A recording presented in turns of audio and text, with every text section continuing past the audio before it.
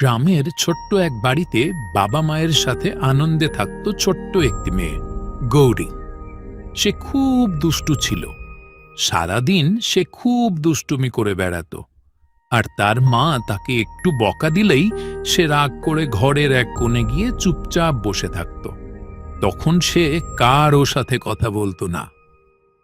একদিন দুপুরবেলা ভাত খাওয়ার পর গৌরীমা, তুমি ভাত খাওয়ার সময় জল খেয়েছিলে? একটুখানি খেয়েছিলাম মা। তুমি তো বলেছিলে যে ভাত খাওয়ার সময় বেশি জল খেতে নেই। ভাত খাওয়ার বেশ কিছু সময় পরে বেশ ভালো করে জল খেতে।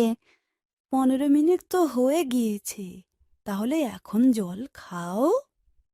না মা, এখন আর খাবো না। অল্প একটু খাও মা। আমি খাবো না বলছি তো মা। একটুখানি খাও বলছি। এবার না খেলে আমি কিন্তু খুব রেগে যাব। না, বারবার বলছি তো আমি খাবোই না, খাবোই না। যাও, আমি আর তোমার সাথে কথাই বলবো না। এই বলে গৌরী ঘরের এক কোণে গিয়ে চুপচাপ রাগ করে দাঁড়িয়ে রইল। সে আর কারও সাথে কথা বলে না। তুই এখানে রাগ করে আছিস? এখন আমি তোকে খেয়ে নেব। মা, আমাকে বাঁচাও, আমাকে বাঁচাও। একটা রাক্ষস আমায় খেয়ে নিল। তুই শুধু শুধু রাগ করে থাকিস না, আজ আমি তোকে খেয়েই নেব। আমাকে খেয়েও না রাক্ষস দাদা, আমি আর কোনোদিন রাগ করব না, আমি ভালো হয়ে যাব।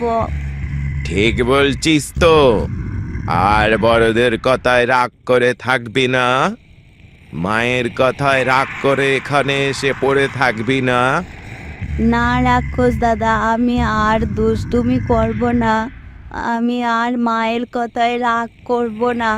আমায় ছেড়ে দাও রাক্ষস দাদা। আর দুষ্টুমি করবি না তো? ঠিক বলছিস? ঠিক আছে, আমি চলে যাচ্ছি। তবে দুষ্টুমি করলে আমি কিন্তু আবার আসব, আবার ধরে নিয়ে যাব। তারপর রাক্ষসটি সেখান থেকে চলে গেল। রাক্ষসটি চলে যাওয়ার পর গৌরী আবার মায়ের কাছে ফিরে এলো। মায়ের কাছে এসে সে বলল, মা, মা, আমি আর রাগ করব না মা। তুমি তো শোনা মা, আমি আর রাগ করব না। আমি কখনো তোমার কথা শুনে অন্যদিকে গিয়ে বসে থাকবো না মা। তুমি যা বলবে আমি সব শুনবো মা। এই তো আমার লক্ষ্মী মেয়ে, সোনা মেয়ে। তারপর থেকে গৌরী খুব ভালো হয়ে গেল। সে আর দুষ্টুমি করে না, মায়ের কথায়ও রাগ করে থাকে না। আর সেই জন্য রাক্ষসও আর কোনোদিন সেখানে এলো না গৌরীকে নিয়ে যেতে। তাহলে বন্ধুরা, আমরা এই গল্প থেকে কি শিখলাম?